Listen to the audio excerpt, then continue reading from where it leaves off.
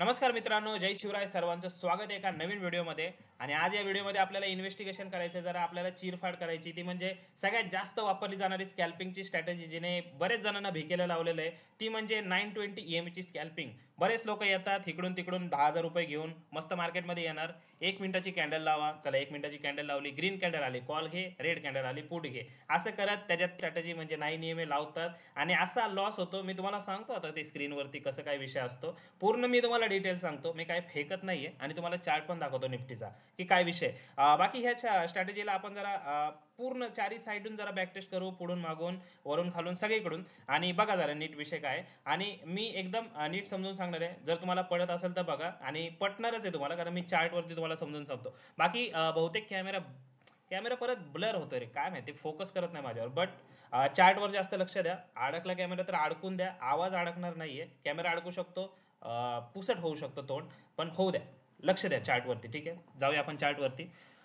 तर सगळ्यात पहिल्यांदा बघू शकता, चार्ट दिसत नाहीये पण मी तुम्हाला दाखवतो स्कॅल्पिंग म्हणजे काय असतं. बाकीच्या लोकांसाठी असं असेल की स्कॅल्पिंग म्हणजे 1 मिनिटाची कॅन्डल लावून कॉल पुट घेणं, हे ह्याला स्कॅल्पिंग नाही म्हणत. स्कॅल्पिंगचा मेन अर्थ होतो, मी तुम्हाला आता सिरियसली बोलतो जरा, ते म्हणजे मोमेंटम कॅप्चर करणं. मोमेंटम कॅप्चर करणं म्हणजे कसं असतं भावांनो, मी तुम्हाला एक गोष्ट सांगतो. ज्यावेळेस मार्केटमध्ये बाईंग येते म्हणजे काय असतं, FI आणि DIs हे मार्केटमध्ये बाईंग आणतात. आपला काय अधिकार नाहीये, आपल्याकडे 100 रुपयात मार्केटमध्ये बाईंग नाही आहेत. 100 करोड पाहिजेत, ते आपल्याकडे नाही आहेत, म्हणून आपण मार्केटमध्ये ट्रेड करतोय. तर आता बाईंग आणण्यासाठी मोमेंटम लागतं. मोमेंटम आणतात FI DIs. ठीक आहे, जर तुम्हाला प्राइस ऍक्शन स्मार्ट मनी कन्सेप्ट येत नसेल तर बाईंगच्या ठिकाणी आपण एंटर करणं इम्पॉसिबल आहे. इंडिकेटरच्या जीवावरती तर शक्यच नाहीये. ठीक आहे, बाईंग येणं म्हणजे काय असतं, जिथं तुम्ही घेतलाय ना ट्रेड, तिथून पटपट पटपट मार्केट 10-15 पॉईंट वरती जाणं, आणि ते पॉईंट तुम्ही ज्यावेळेस कॅप्चर करता ना, त्यावेळेस तुम्हाला ती स्कॅल्पिंग करतात. म्हणजे तुम्ही 100 रुपयाचा कॉल घेतला, एका मिनिटात किंवा 10-15 सेकंदात तो 110 रुपयाला ज्यावेळेस जातो, आणि तो तुम्ही जे मधले 10 पॉईंट कॅप्चर करता ना, ते असतं स्कॅल्पिंग. स्कॅल्पिंग म्हणजे काय काय जण तर लेजंड्स लोक तुम्हाला माहित असतील, एकदा घेतलं पण 15-20 मिनिटं त्याच्यात थांबणं, मग ते फुटं 100 रुपयाचं 102ला काढणं, हे स्कॅल्पिंग. अरे हे कुठलं स्कॅल्पिंग आहे? 1 तासाच्या टाइम फ्रेमवरती काय काय स्कॅल्पिंग करतात. तर हे गोष्ट नाहीये. बॅकग्राऊंडचा आवाज इग्नोर करा. तर आता ही गोष्ट नसते. स्कॅल्पिंग म्हणजे काय असतं, 1 मिनिटाच्या टाइम फ्रेमवरती ट्रेड करणं.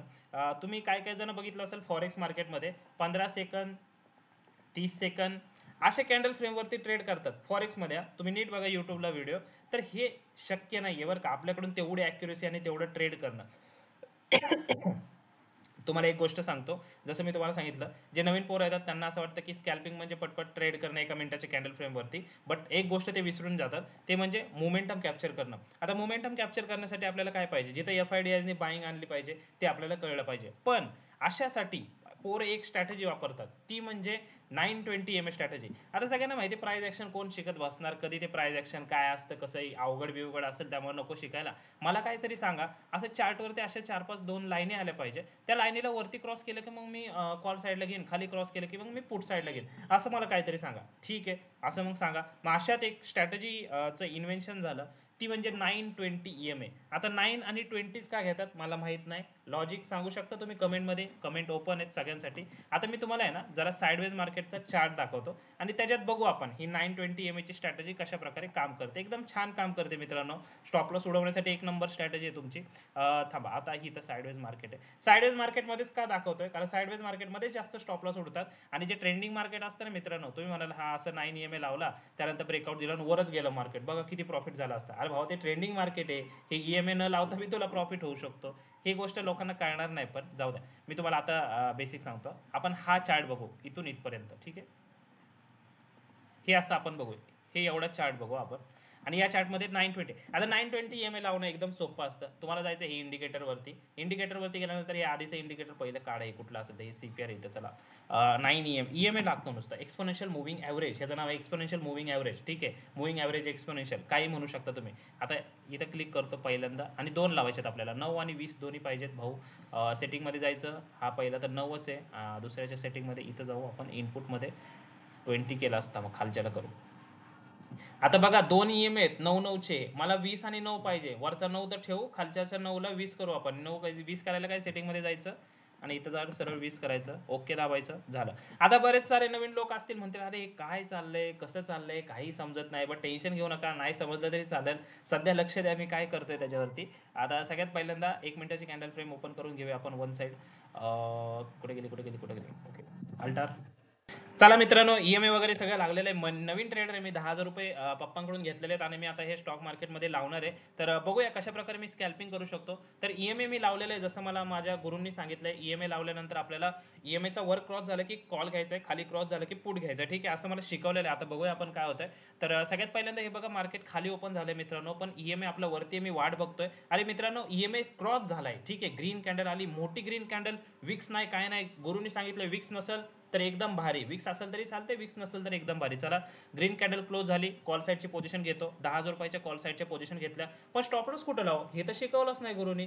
इथं लाव का हे ईएमआयच्या खाली लाव. बरं चालतं, ईएमआयच्या खाली लावतो. ठीक आहे, आता इथं बघा, मार्केटला कॉल साईडला पोझिशन घेतली, तुमचा स्टॉप लॉस हिट. चला जाऊ द्या, एक स्टॉप लॉस हिट झाला, काय विषय नाही. गुरुनी सांगितलंय कधी स्टॉप लॉस कधी टार्गेट. ठीक आहे, आता दुसरा ट्रेड घेऊ. दुसरा ट्रेड बघा काय झालं. आता रिव्हर्सल आला ना, मोठी रेड कॅन्डल आली, तर कदाचित आता खाली जाऊ शकतं मार्केट, कारण रेड कॅन्डलनी खालच्या साईडला ईएमआयला क्रॉस केलंय. ठीक आहे, आता शेअर मार्केटमध्ये आपण ट्रेडिंग करायचं, आपल्याला भरपूर पैसे कमवायचे, तर आता पुट साईडला आपण ट्रेड घेऊ. ठीक आहे, आता गुरु म्हणतात अरे स्टॉप लॉस कुठे लाव, मगाशी तर ईएमआयच्या खाली लावलं होतं, इथं लगेच हिट झाला. आता इथं लावतो, एक काम करतो, इथं लावतो बॉडीच्या वरती. ठीक आहे, चला ट्रेड घेतला, थोडीशी पिन मारली, परत स्टॉप लॉस हिट झाला. अरे देवा, आता काय करायचं. आता परत जाऊ द्या, परत एकदा ग्रीन कॅन्डल यायची वाट बघू. परत ग्रीन कॅन्डल आली, स्टॉप लॉस, रेड आली, स्टॉप लॉस. मित्रांनो, हा जो प्रकार आहे ना, एकतर इथं झाले 5 ट्रेड.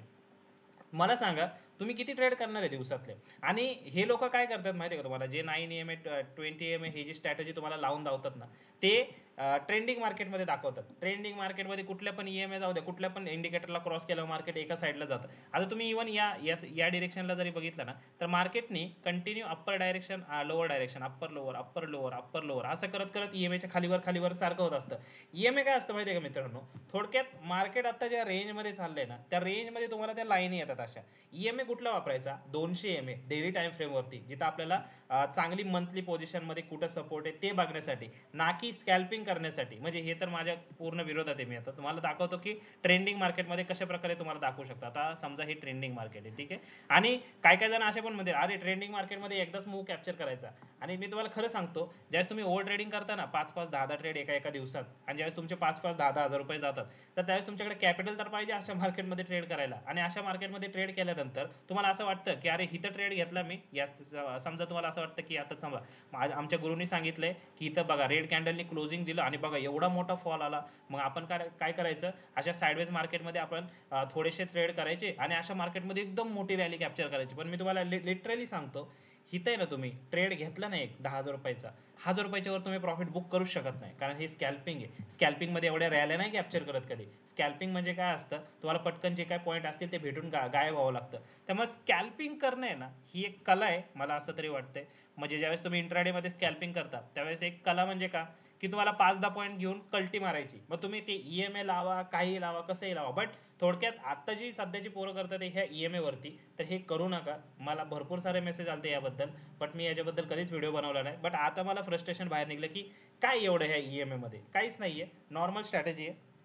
फक्त याला जास्त हाईप केलेले आहे. आणि तुम्ही जसं मी तुम्हाला सांगितलं की अशा प्रकारचे मुवमेंट येतात, तुम्ही म्हणू शकता लय मुवमेंट कॅप्चर करतो. जरी 5,000 लॉस झाला असेल एका आठवड्यात, तरी एका स्टेटमध्ये 10,000 बुक करतो, 10,000 बुक करतो, असं शक्य नाही. इथं 1,000 रुपये प्रॉफिट झाला तरी तुमचे हात असे थरथर कापतात. त्यामुळे ते इम्पॉसिबल गोष्ट आहे. बाकी थोडंसं आपण येऊया.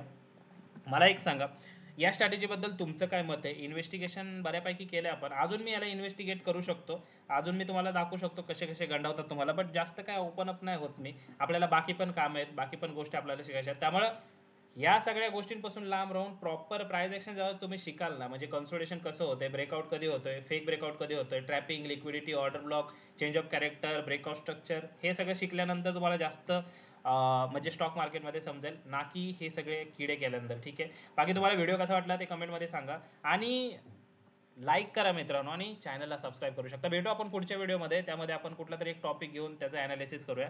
धन्यवाद, तुमचा दिवस शुभ असो.